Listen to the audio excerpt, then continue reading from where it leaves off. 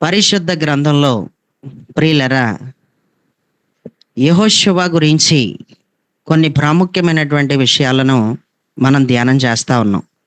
మీలో ఎంతమందికి జ్ఞాపకం ఉందో నాకు తెలియదు, కానీ యెహోషువలో ప్రాముఖ్యంగా కొన్ని అద్భుతమైన గుణలక్షణాలు ఉన్నాయి. ఆయనలో ఉన్నటువంటి గుణలక్షణాలే ఆయనను గొప్ప చేసేసాయి అని మనం చెప్పుకున్నాం. యెహోషువ స్థితిగతులన్నిటినీ కూడా దేవుడు మార్చేశాడు. ఎంతగా మార్చేశాడంటే బైబిల్ చెప్తుంది, అతనిని దేవుడు గొప్పవానిగా చేసేశాడు. అతనిని దేవుడు ఎప్పుడైతే గొప్పవానిగా చేసేశాడో ప్రియులరా, ప్రజలు ఆయనను గౌరవించడం మొదలుపెట్టారు. మీలో ఎవరు బైబిల్ చదవద్దు, కానీ నేనే చదువుతాను. లోపల ఉన్నవాళ్ళు కానీ నా ఎదుట ఉన్నవాళ్ళు కానీ మీరు ఏది చదవక్కర్లొద్దు, నేను చదువుతాను, మీరు చెబుతాను అధ్యాయం, మీరు చూసుకోండి. ఒకసారి యెహోషువ గ్రంథాన్ని తెరిచి చూడగలిగితే, యెహోషువ గ్రంథం 4:14 ఆ దినమున యెహోవా ఇశ్రాయేలీయులందరి ఎదుట యెహోషువను గొప్ప చేసిన గనక వారు మోషేను గౌరవపరిచినట్లు అతని బ్రతుకు దినములన్నిటను అతన్ని గౌరవపరిచిరి అని ఉంది. మోషేని ఏ విధంగా గౌరవించారో, ఏ విధంగా గౌరవపరిచారో యెహోషువను కూడా అలాగే చూశారు. మోషేని ఏ చూపు అయితే చూశారో అదే చూపు చూశారు. ఏ విధంగా మోషేని పైకెత్తారో అదే విధంగా పైకెత్తుతున్నారు. Praise the lord. ఇది ఎప్పుడు జరిగింది అంటే యెహోషువని దేవుడు గొప్ప చేసినప్పుడు జరిగింది. యెహోషువని దేవుడు ఏం చేస్తే జరిగింది? ఇది గొప్ప చేస్తే జరిగింది. గొప్ప చేయబడ్డం అంటే ఏంటో కూడా నేను మీకు స్పష్టంగా చెప్పేశాను. పై స్థితికి వెళ్ళడం. గొప్ప చేయబడ్డం అంటే పై స్థితికి వెళ్ళటం, లేదా పై స్థితికి దేవుడు ఆయనను తీసుకుని వెళ్ళడం. అంటే పై స్థితికి, పై లెవెల్కి వెళ్ళేటంత గొప్పవాణ్ణి చేసేసాడు దేవుడు. ఎవరిని చేశాడు? యెహోషువని చేశాడు. యెహోషువ గొప్ప చేయబడ్డానికి ప్రాముఖ్యమైనటువంటి కారణాలు ఉన్నాయి. అందులో కారణాలు లేక గుణలక్షణాలుగా మీరు చూసినట్టయితే 3 విషయాలు చెప్పాను. ఒకటి, మాట వినేవాడు అని. ఆయన మాట వినే విధానాన్ని బట్టే దేవుడు ఆయన్ని గొప్ప చేసేసాడు. రెండవది, అమాలేకీలతో యుద్ధం చేశాడు. ఆయన చేసిన రెండవ పని ఏంటంటే శరీర కార్యములతో యుద్ధం చేశాడు. అమాలేకీలు అంటే శరీర కార్యములు అని అర్థం. గలతీయులకు రాసిన పత్రికలో 15 రకాల శరీర కార్యాలు ఉన్నాయి. గలతీయులకు రాసిన పత్రికలో 15 అమాలేకీలు ఉన్నారు. 15 మంది అమాలేకీలు ఉన్నారు. యుద్ధం అమాలేకీలతో చేశాడు. ఆయన అమాలేకీలతో యుద్ధం చేయడాన్ని బట్టి దేవుడు ఆయన్ని గొప్ప చేశాడు. మూడవది ఏంటంటే ఆయన ఏక మనస్సు కలిగినాడు. ఆయన ఏ మనస్సు కలిగినాడు? ఏక మనస్సు కలిగినాడు. ఏక మనస్సులో 3 గుణలక్షణాలు ఉంటాయి. మరలా అంటూ అవి కూడా చెప్పాను. ఇంక నేను సాగదీని కానీ ముందుకు వెళ్ళిపోతాను. ఒకటి, మాట వినేవాడు. రెండవది ఏంటి? అమాలేకీలతో యుద్ధం చేసినవాడు. మూడవది ఏంటి? ఏక మనసు కలిగినవాడు. ఎవరితో ఏక మనసు వచ్చేసింది? దైవజనునితో ఏక మనసు వచ్చేసింది. మన కొరకు మనుషులను ఏర్పరచుకొని యుద్ధ భూమిలోకి వెళ్ళి నువ్వు యుద్ధం చెయ్యి అన్నాడు. అంటే ఎదురు సమాధానం చెప్పనంత మనసు వచ్చేసింది అతనికి. ఎదురు సమాధానం చెప్పలేదు. ఇంకా నువ్వు ఉండొచ్చు కదా యుద్ధ భూమిలో, శిఖరం మీదకి నేను ఎక్కుతాను, కొండ శిఖరం మీదకి నేను ఎక్కుతాను అని అనలేదు.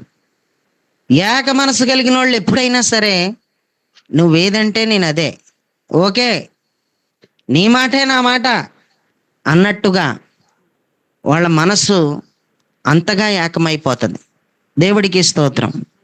యెహోషువ గొప్ప చేయబడ్డానికి అనేకమైనటువంటి కారణాలు ఉన్నాయి.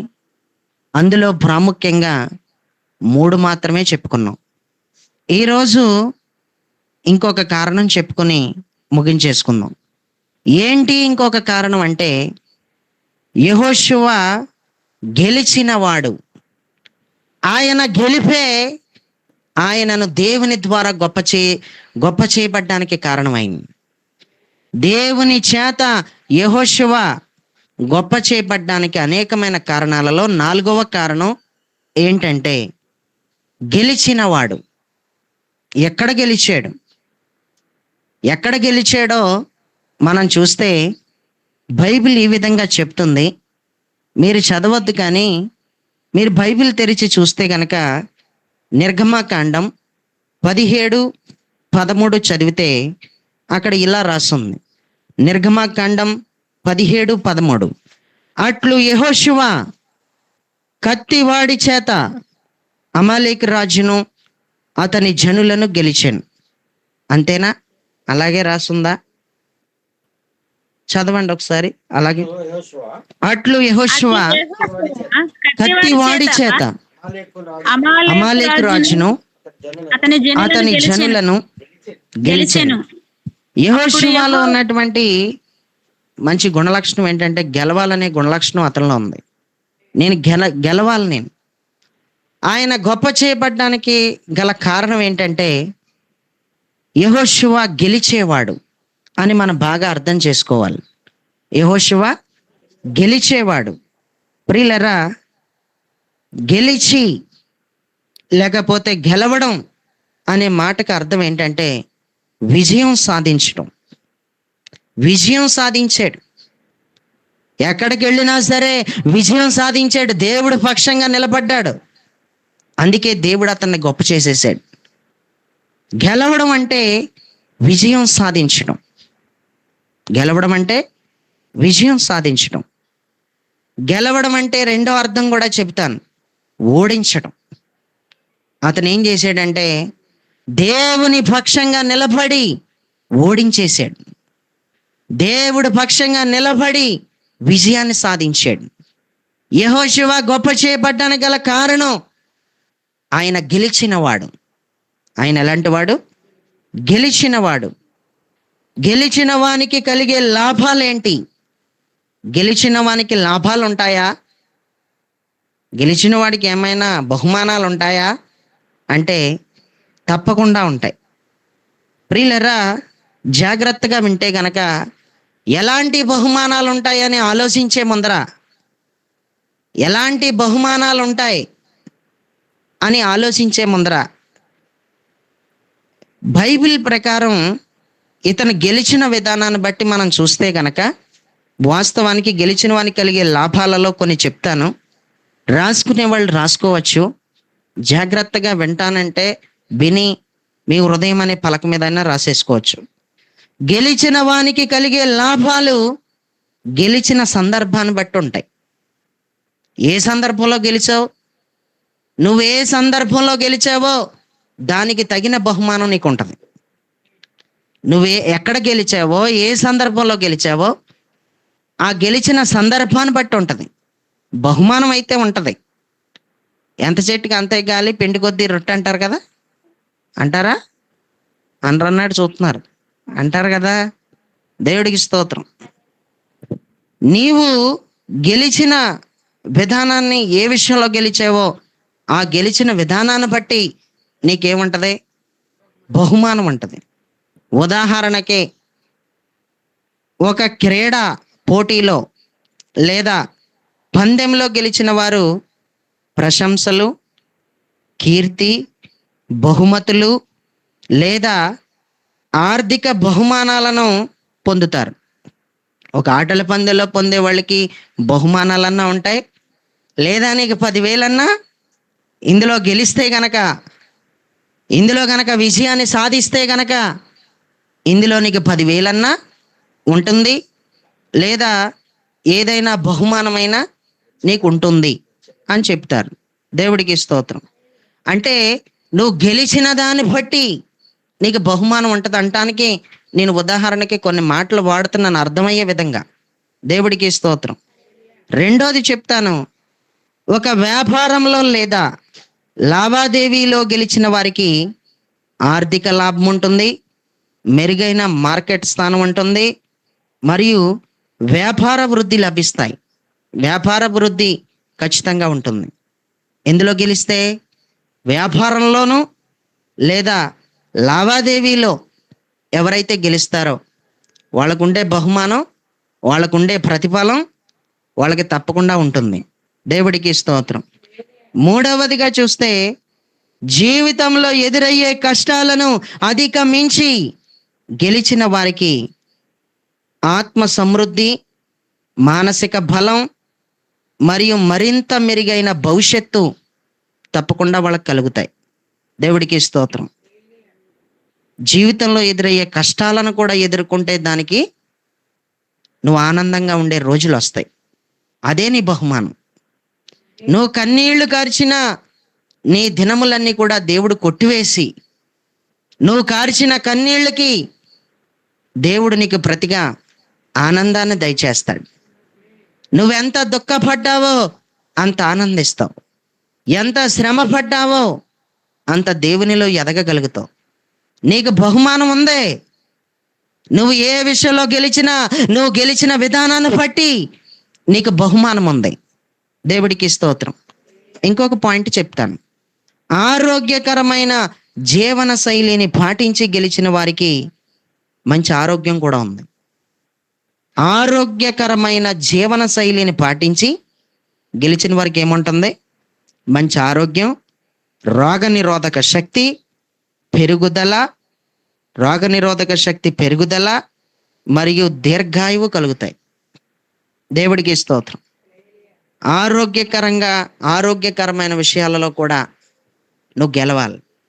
మంచి ఆరోగ్యాన్ని కలిగిన వ్యక్తివైతే ఆరోగ్యపరంగా గెలవడం కూడా, అది కూడా ఒక మాటగా నేను మీకు చెప్పాను. దేవుడికి స్తోత్రం. గెలవడం వలన ఏంటి ఇప్పుడు అంటే, గెలవడం వలన బహుమానాలే కాదు, గెలవడం వలన మనకి బహుమానాలే కాదు, గెలవడం వలన మనకి వస్తువు రూపంలో వచ్చే బహుమానమే కాకుండా, ధన రూపంలో వచ్చే బహుమానమే కాకుండా మనకి కీర్తి ఉంది. ఏమొస్తుంది గెలవడం వలన? కీర్తి వచ్చేస్తుంది. కీర్తి అంటే మంచి పేరును సూచిస్తుంది. నీకు మంచి పేరు వచ్చేస్తుంది. నీ వ్యాపారం బాగుందంటే 100 మంది చెప్పుకుంటారు, ఆ వ్యాపారం ఎంత బాగుందో అని నీ పేరు చెప్పుకుంటారు. అంటే వ్యాపారం బాగున్నందుకు బహుమానం ఉంది. వ్యాపారం బాగున్నందుకు బహుమానం ఉంది. వ్యాపారంలో గెలిచినందుకు బహుమానం ఉంది. ప్రియులరా, యెహోషువ ఇప్పుడు ఎంతగా గెలిచాడంటే దేవుని చేత గొప్ప చేయబడినంతగా గెలిచిపోయాడు. ఆయన దేవుని చేతే స్వయంగా గొప్ప చేయబడేటంతగా విజయాన్ని సాధించాడు. దేవుని చేత గొప్ప చేయబడేటంతగా ఆయన ఓడించాడు. దేవుడికి స్తోత్రం. ఏకంగా అమాలేకీయుడిని వేసేసాడు. ఎవరిని వేసేసాడు? దేవుడికి స్తోత్రం. ఎవరిని వేసేసాడు? రాజుని వేసేసాడు. ఈడే మెయిన్ వ్యక్తి ఎవడో? అమాలేకి సైన్యానికి అంతటికీ అమాలేకి రాజే ఈడే. వీడిని వేసేసాడు. ఈ చిన్న విషయం అనుకుంటున్నారా? అసలైన వాడిని వేసేద్దాం. అసలైన వాడిని కాటు వేసేసాడు. దేవుడి స్తోత్రం. అసలైన వాడిని మొత్తం మీద కత్తితో వేసేసాడు. దేవుడికి స్తోత్రం. కత్తి వాడి చేత వేసేసాడు అనమాట. చిన్న విషయమా ఇది? ఈ రాజుని వేసేయడంలో ప్రియులరా, ఇతను గెలిచాడు కాబట్టి, ఇతను గెలిచిన సందర్భాన్ని బట్టి ఇది చిన్న విషయం కాదు. ఇది ఒక రాజునే వేసేసాడంటే చిన్న విషయం కాదు ఇది. అందుకే ఇతనికి పెద్ద బహుమానం లభించింది. ఎంత పెద్ద బహుమానం వచ్చిందంటే, ఇతనని దేవుడు గొప్ప చేసేసాడు. ఎంతగా గొప్ప చేశాడంటే ప్రజలు గౌరవించే విధంగా గొప్ప చేసేసాడు. ఇప్పుడు దేవుడు బహుమానం కాదంటారా? చెప్పండి. గెలిచినందుకు దేవుడు అతన్ని గొప్ప చేయలేదంటారా? దేవుడు అతనిని గొప్ప చేసిన విధానం చూస్తే యెహోషువలో ఉన్నటువంటి 4వ కారణం 3 చెప్పేశాను. అది మధ్యలో కొన్ని వారాలు ఆపేసాను. ఈరోజు 4వది చెప్పాను. ఆయన గెలిచేవాడు. దేవుడికి స్తోత్రం. ఎవరంట? గెలిచేవాడు. అయితే ఒక వ్యక్తి గెలవాలంటే ఏం చెయ్యాలి? యెహోషువ గెలిచాడు. అతను గొప్ప చేయబడ్డాడు. అతనని దేవుడు గొప్ప చేసిన విధానం చూస్తే ప్రజలు గౌరవించేటంతగా గొప్ప చేసేసాడు. అతను గెలిచాడు కాబట్టి అలా చేశాడు. ఇంతకీ గెలవాలంటే ఏం చెయ్యాలి? గెలవాలంటే ఏదోటి చెయ్యాలి కదా. ఊరకనే ఎవరో గెలిచారు కదా. గెలవాలంటే తప్పకుండా ఏదో ఒకటి చెయ్యాలి.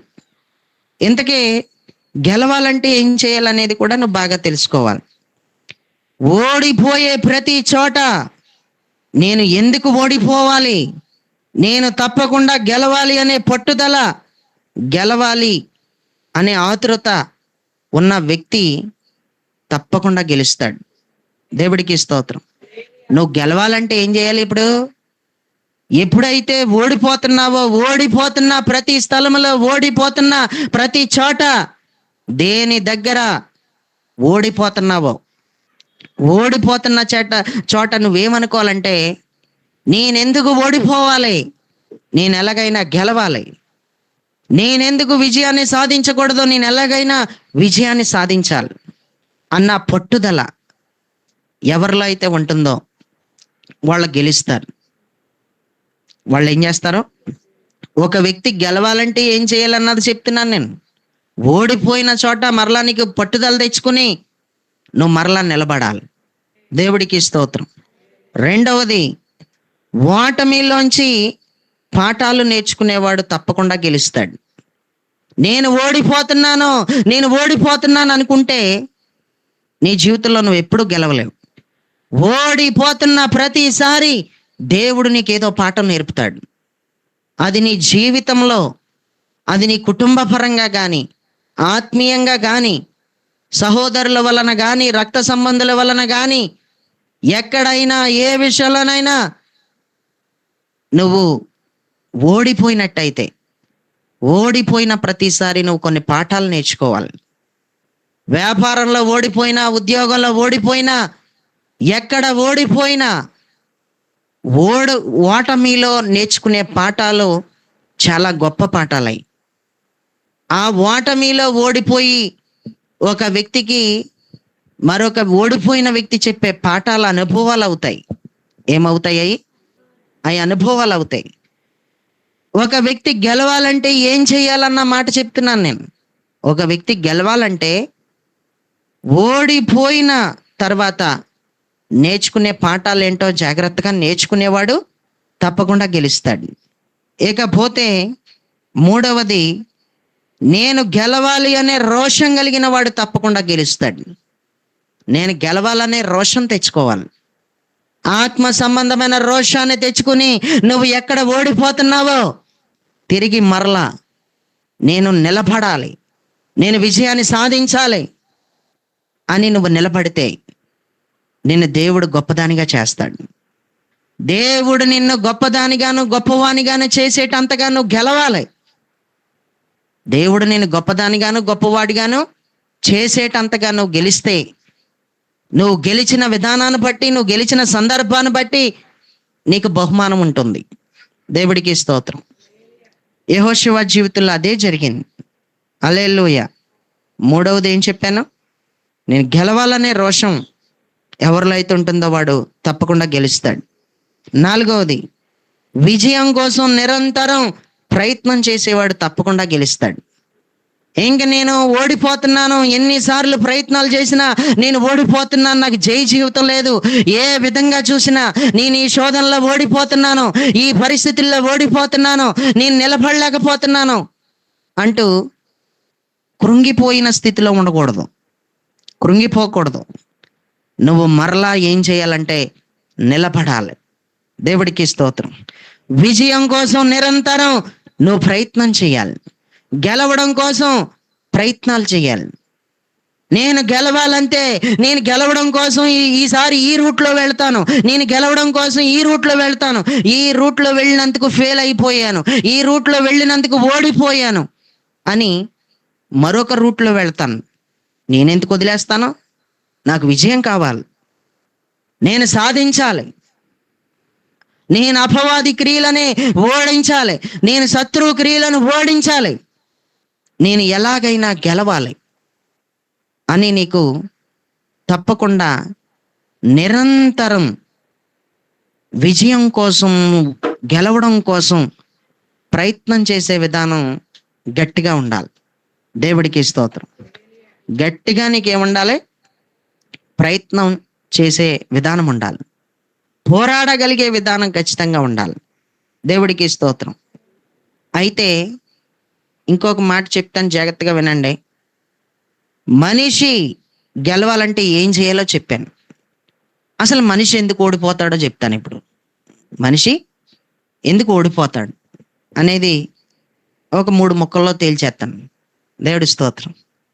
మనిషి ఎందుకు ఓడిపోతాడంటే, ఒక వ్యక్తికి దేవుని మీద విశ్వాసం లేకపోవడాన్ని బట్టి మనిషి ఓడిపోతాడు. ఒక వ్యక్తికి దేవుని మీద విశ్వాసం లేకపోవడాన్ని బట్టి, ఆత్మలో విశ్వాసాన్ని కోల్పోవడాన్ని బట్టి మనిషి ఏం చేస్తాడో ఓడిపోతాడు. ఓడిపోవడానికి కారణాలు, అనేకమైన కారణాలలో ఇది ఒక కారణమే. ఓడిపోవడానికి కారణం. అందుకే నీ ఆత్మలో విశ్వాసాన్ని కోల్పోకూడదు. నీ ఆత్మలో ఉన్న విశ్వాసానికి దెబ్బలు తగలకుండా చూసుకోవాలి. ఏం తగలకుండా? కంట్లో ఏది పడకుండా కన్నులు ఎలాగైతే కాపాడుకుంటున్నావో, చెవుల్లోకి ఏది వెళ్ళిపోకుండా కింద పడుకునేటప్పుడు ఏ దూదిలో ఎలా పెట్టుకుంటున్నావో, గుడ్డ మొక్కలో దూదిలో పెట్టుకుంటున్నావు కదా చెవుల్లో, ఏ క్లాత్ పెట్టుకుంటున్నావు కదా, చెవులు ఎలాగైతే కాపాడుకుంటున్నావో, గొంతు పోకూడదని, నీ గొంతు దెబ్బ తినకూడదని గొంతును ఎలాగైతే కాపాడుకుంటున్నావో, నీ ఆత్మలో ఉన్న విశ్వాసాన్ని కాపాడుకోవాలి. బైబిల్ చెప్పేది అదే. బైబిల్ చెప్పేది అదే. విశ్వాసాన్ని కాపాడుకోమని చెప్తున్నాడు. బైబిల్ చెప్తున్న సత్యం అది. దేవుడికి స్తోత్రం. భూ సంబంధమైనయే కాపాడుకుంటావు. ఏం చేస్తున్నావు? భూ సంబంధమైనయే కాపాడుకుంటున్నావు. ఆత్మ సంబంధమైనవి మాత్రం కాపాడుకుంటలేదు. భూ సంబంధమైన దాని మీద పెట్టిన దృష్టి ఆత్మ సంబంధమైన వాటి మీద పెట్టకపోవడాన్ని బట్టి ఆత్మలో ఉన్న విశ్వాసాన్ని కోల్పోతున్నావు.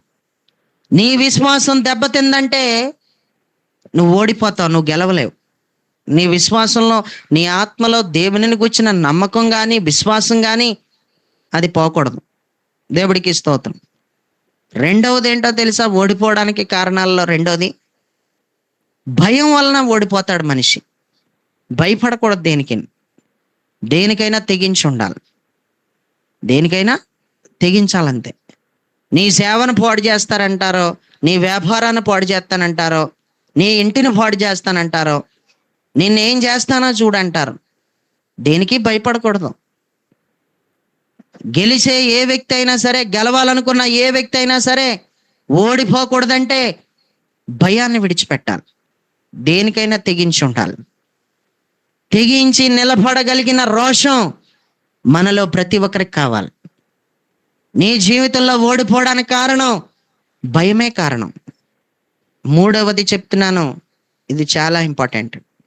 నువ్వెందుకు ఓడిపోతావంటే, దేవునికి విరోధమైన లోపాలతో గనక నువ్వు బ్రతికితే ఎక్కడికి వెళ్ళినా గెలవలేవు. దేవునికి విరోధమైన దోషాలు నువ్వు దాచుకున్నట్టయితే, దేవుడికి విరోధమైన ఏవైనా నీ దగ్గర పెట్టుకున్నట్టయితే నువ్వు ఓడిపోతావు. ఎక్కడికి వెళ్ళినా ఓడిపోతావు, నువ్వు గెలవలేవు. ప్రియులరా, యెహోషువ గ్రంథం 7వ అధ్యాయం 4వ వచనాన్ని నేను షార్ట్కట్లో చదువుతాను. ఆ వచనం మీరు బైబిల్ తెరిచి చూసుకోండి, ఎవరు చదవక్కర్లేదు. నేను షార్ట్కట్లో చదువుతాను, టైం లేదు.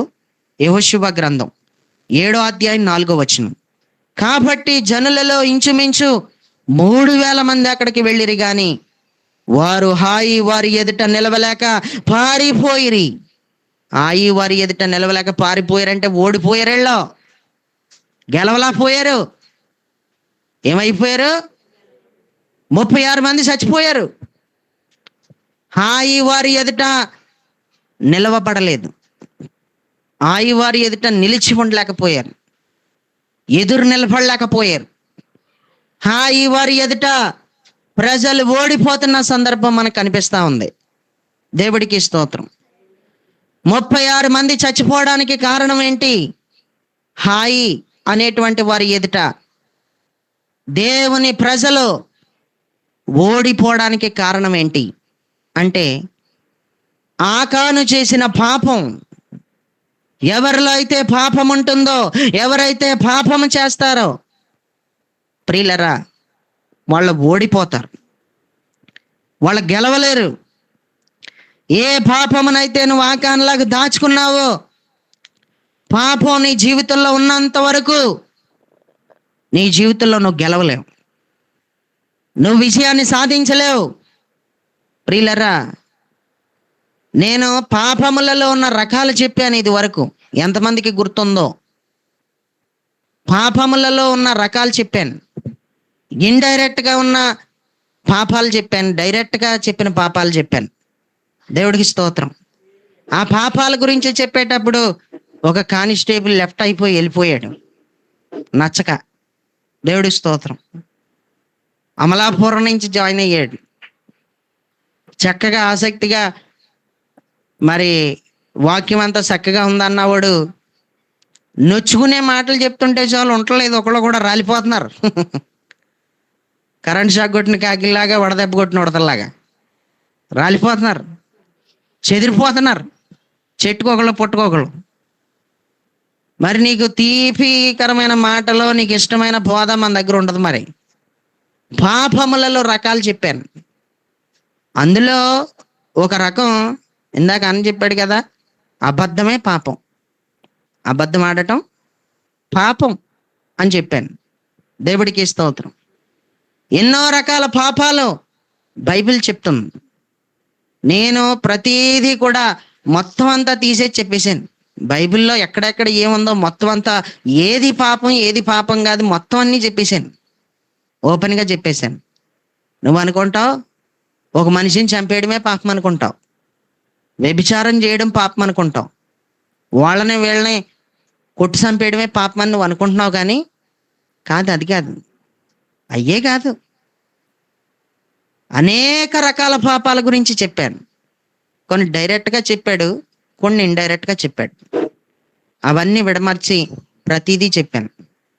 పాపాలు ఒప్పుకోకపోవడానికి కారణాలు ఏంటో చెప్పాను. పాపం ఒప్పుకుంటే ఏం జరుగుతుందో చెప్పాను. పాపాలు ఒప్పుకోకపోతే ఏం జరుగుతుందో కూడా చెప్పాను.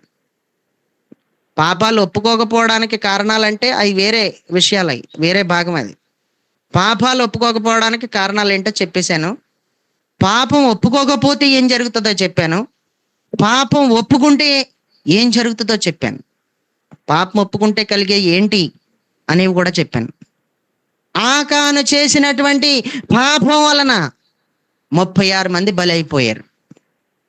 కేవలం ఒక ఆకాను చేసినటువంటి పాపమును బట్టి ఇజ్రాయేలీలు గెలవలేకపోయారు, ఇజ్రాయేలీలు ఓడిపోయారు, విజయాన్ని సాధించలేకపోయారు.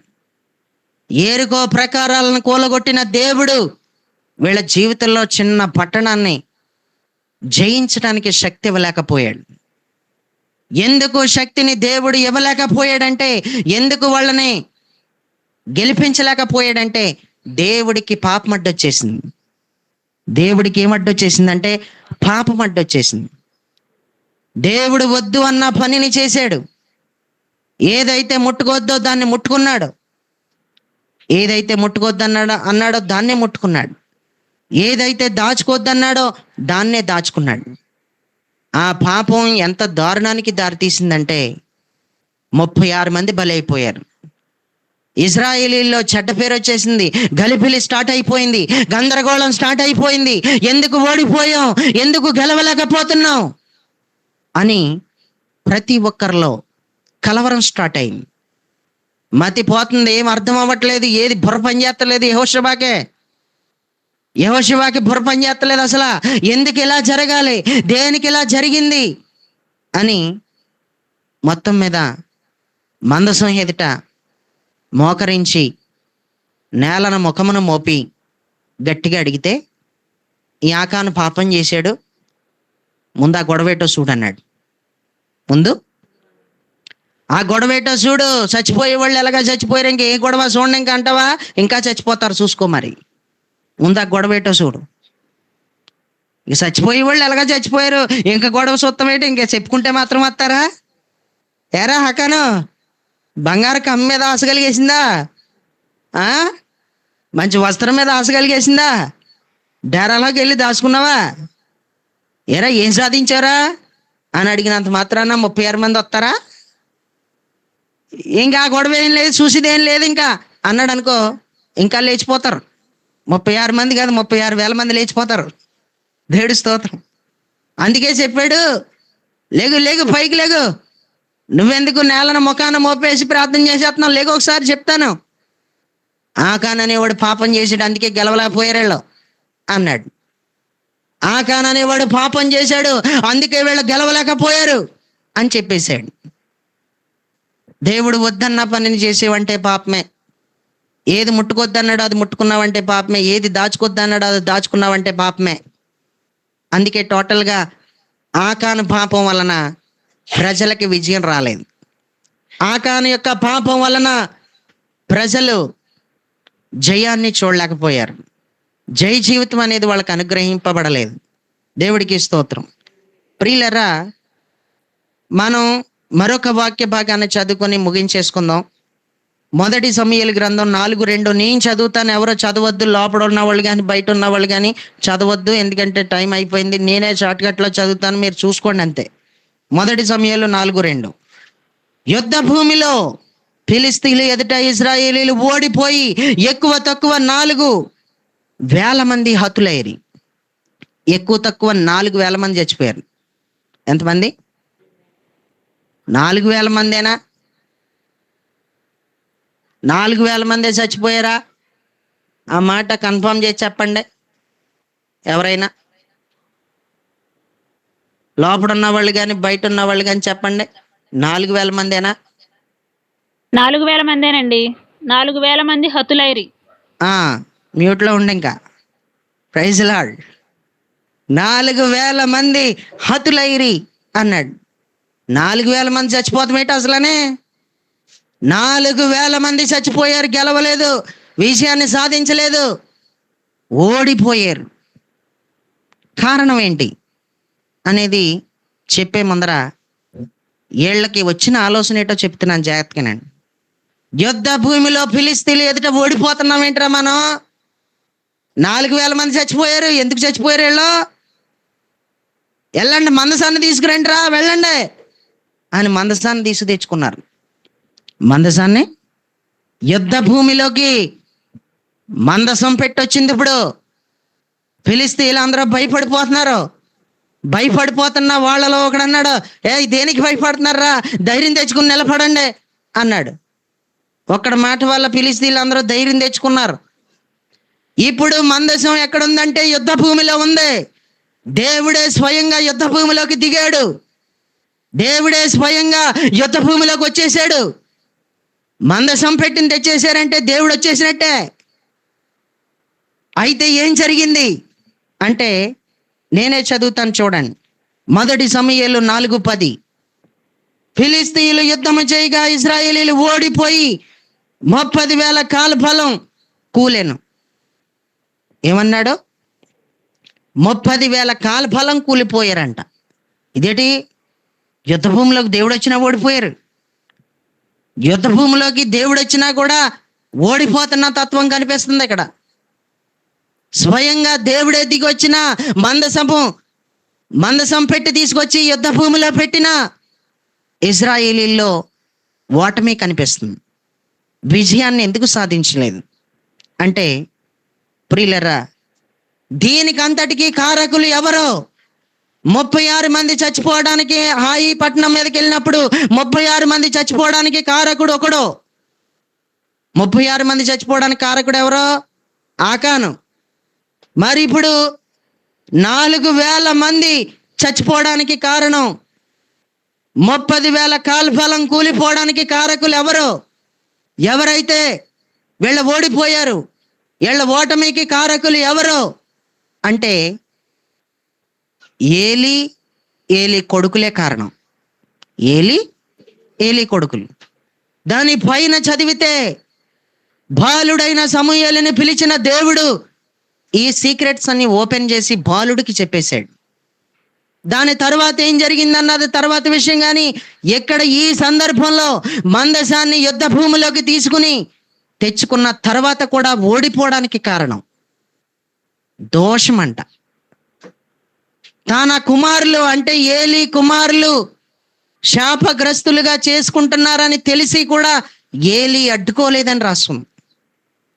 ఏలీ అడ్డుకోకపోవడాన్ని బట్టి, ఏలీ ఇంట్లో దోషం ఉండడాన్ని బట్టి అది కూడా పాపమే. ఆ పాపం వల్లనే ఏమైపోయారంటే ప్రజలు గెలవలేకపోయారు. ఎందుకు గెలవలేకపోతున్నావంటే ఎన్నో రోజుల నుంచి సంవత్సరాల తరబడి ప్రార్థన చేస్తున్నాను, సంవత్సరాల తరబడి ఏదో చేయాలనుకున్నాను కానీ నా జీవితంలో విజయం లేదు, ఏమీ సాధించలేకపోతున్నాను అంటే దేవునిలో లోపం లేదు. దేవునిలో ఏ లోపం కనిపించట్లేదు. నీ పాపం అనే లోపం తప్ప, నీ లోపం తప్ప నువ్వు ఓడిపోవడానికి కారణం అదేనని ఈరోజు వాక్యంలో నుంచి మనం తేటతెల్లగా చదువుకుంటాం. దేవుడికి స్తోత్రం. దేవుడి సన్నిధి నిన్ను ఎంత వెంటాడుతున్నట్టున్నా కానీ యుద్ధ భూమిలోకి మందసం పెట్టి తెచ్చుకున్న దాంతో సమానం. కానీ నువ్వు ఓడిపోతావు.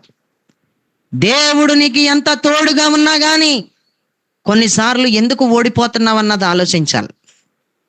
ఎందుకు ఓడిపోతున్నావు అన్నదే బాగా ఆలోచించాలి. దేవుడికి స్తోత్రం. తోడుగా లేడా అంటే తోడుగానే ఉన్నాడు. ఇజ్రాయేలీని ఏమి విడిచిపెట్టేలేదు దేవుడు. కానీ దేవుడు వాళ్ళ గెలుపుకి జోక్యం చేసుకోలేదు. దురాత్మలతో పోరాడలేకపోయారు.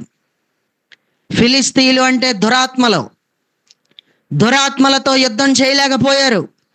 దురాత్మల ఎదుట ఓడిపోయారు. ఎందుకు ఓడిపోయారంటే దురాత్మల దగ్గర ఓడిపోయే ఏ వ్యక్తి అయినా, ఫిలిస్తీన్ల దగ్గర ఓడిపోయే ఏ వ్యక్తి అయినా దేవుడికి విరోధమైన పాపాన్ని దాచుకుంటే, దేవుడికి విరోధమైన దోషాన్ని దాచుకుంటే నువ్వెక్కడికి వెళ్ళినా గెలవలేవు. నువ్వెక్కడికి వెళ్ళినా ఇంక గెలవలేవు. నువ్వు ఓడిపోతావు. ప్రియులారా, యెహోషువ గెలవడానికి కారణం ఏంటంటే ఏ దోషం లేనివాడు, దేవునికి విరుద్ధమైన పాపం లేనివాడు కాబట్టి యెహోషువ గెలిచాడు. గెలిచినందుకు అతని బహుమానం దేవుని చేత గొప్ప చేయబడ్డాడు. ఎంత గొప్ప చేయబడ్డాడంటే ప్రజలు గౌరవ పరిచిరి అన్నంతగా గొప్ప చేయబడ్డాడు. అతనిలో ఉన్న 4వ కారణం ఇది. అతను గొప్ప చేయబడ్డానికి గల 4వ కారణం ఇది. మొట్టమొదటిది మాట వినేవాడు, రెండవది శరీర కార్యాలతో యుద్ధం చేసినవాడు, మూడవది ఏక మనసు కలిగిన వాడు, 4వదిగా గెలిచినవాడు. గెలిచాడు. గెలిచినందుకు దేవుడు అతనిని గొప్ప చేసేసాడు అని నేను మీకు జ్ఞాపకం చేస్తున్నాను. దేవుడికి స్తోత్రం. ఈరోజు బాగా ఆలోచించుకో. ఎక్కడికి వెళ్ళినా ఓటమియే కనిపిస్తుంది. ఎక్కడికి వెళ్తున్నా ఓడిపోతున్నావు, చతికిలు పడిపోతున్నావు, కృంగిపోతున్నావు, ఇంక నిలబడలేకపోతున్నావు. ఏ విషయంలో చూసినా సరే కృంగుదల ఎక్కువైపోయింది. సేవా పరిచర్యలో కృంగిదల, సేవలో ఓడిపోతున్నావు, కుటుంబ పరంగా ఓడిపోతున్నావు, అన్ని విధాలుగా ఓడిపోతున్నావు. నీ ఓటమికి కారణం దేవుడు తోడుగా లేడని కాదు, కానీ దేవుడు తోడుగానే ఉన్నాడు. కానీ నీ లోపం ఆ టైంకి అడ్డొచ్చేస్తుంది. గెలుపునివ్వాలనుకున్న దేవుడు నీకు గెలుపు ఇవ్వలేకపోతున్నాడు. ఆలోచించుకో. ఎంతమంది ప్రజలు చచ్చిపోయారో, ఎంతమంది కుప్పకూలిపోయారో, ఎంతమంది కృంగిపోయారో, శత్రువుల ఎదుట నిలబడలేక ఎంతమంది పారిపోయారో. నీకు ఇంతకంటే రిఫరెన్స్లు ఏం కావాలి చెప్పు? నువ్వు ఓడిపోవడానికి కారణం ఈ కాదా? నువ్వు ఓడిపోవడానికి కారణం పాపం కాదా? నువ్వు ఓడిపోవడానికి కారణం దేవునికి విరుద్ధమైన దోషం కాదా? నువ్వు ఓడిపోవడానికి కారణం దేవుడు ముట్టొద్దు అన్న దాన్ని ముట్టడం కాదా? నువ్వు ఓడిపోవడానికి కారణం ఏదైతే దాచుకొద్దు అన్నాడో దాన్ని దాచుకోవడం పాపం కాదా? మరి నువ్వు ఎలా గెలుస్తావు? పాపాన్ని పెట్టుకున్నంత వరకు, దోషంతో బ్రతుకుతున్నంత వరకు, ఎన్ని సంవత్సరాలు భక్తి చేసినా ఎప్పటికీ నువ్వు ఇంతే. నువ్వు ఇలాగే ఉంటావు. నువ్వు ఎప్పటికీ గెలవలేవు. దేవుడు నిన్ను గెలిపించి నీ పేరు కీర్తి అవునట్లుగా నేను ఘనపరచాలని దేవుడు కోటి ఆశలు పెట్టుకున్నాడు నీ మీద. దేవుడు పెట్టుకున్న ఆశలు ఇవే. నిన్ను గొప్ప చేయాలనుకున్నాడు దేవుడు, నిన్ను గెలిపించి. దేవుని చేతిలో గొప్ప చేయబడిన దానిలాగా, గొప్ప చేయబడిన వాళ్ళలాగా ఉండిపోయావంటే దేవునిలో లోపం లేదు. నిన్ను గొప్ప చేసే దేవునిలో లోపం లేదు. గొప్ప చేయబడబోయే నీలోనే లోపం ఉంది. ఈరోజు ఆలోచించుకుంటే యెహోషువ ఊరకనే గొప్ప చేయబడలేదు. ఇంకా అతను ఎందుకు గొప్ప చేయబడ్డాడు అన్నదే వచ్చే వారం మరలా యెహోషువ గురించి మరొక అంశంతో కలుసుకుందాం. ఈనాటి మాటలో ముగిస్తున్నాం. దేవుడికి స్తోత్రం. దేవుడి మాటల్ని దీవించి ఆశీర్వదించి ఫలభరితంగా మార్చునుగాక. ఆమేన్. హల్లెలూయా. ఆమేన్.